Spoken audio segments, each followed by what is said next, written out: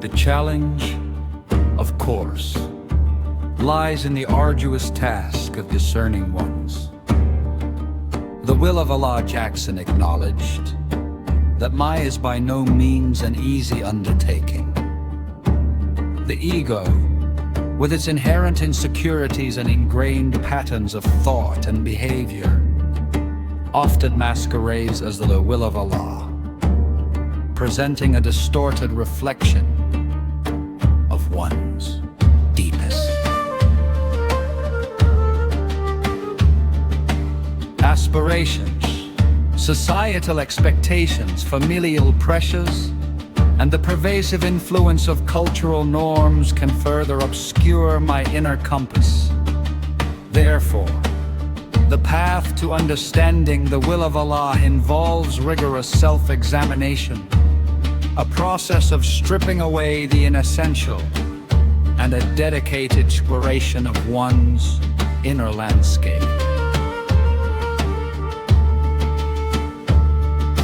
Jackson proposed various methods to aid in my discernment. The left-hand path in its broadest sense was central to my approach. It encompassed not only ceremonial prayers, but also practices such as yoga, meditation, and the study of symbolic systems like the Kabbalah and the Tarot.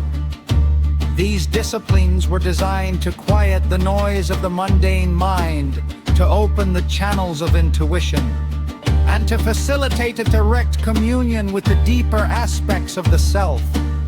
I also emphasize the importance of observing one's reactions to life events, paying attention to what genuinely brings fulfillment, what evokes a profound sense of purpose, and what feels intrinsically right, even when difficult. The practical implications of actualizing the will of Allah are profound and, according to Jackson, inherently liberating. When an individual lives in accordance with the will of Allah, they experience a sense of flow, of being in perfect alignment with the universe. Their actions become effortless, their endeavors bear fruit, and they find themselves contributing to the cosmic order in a manner unique to them. Mai is not a state of passive acceptance, but of active, purposeful engagement. It is the embodiment of one's divine potential, the fullest expression of one's being in my state. The individual is no longer a victim of circumstance, but a co-creator of their reality, acting with an unwavering certainty that arises from a deep connection to their authentic S.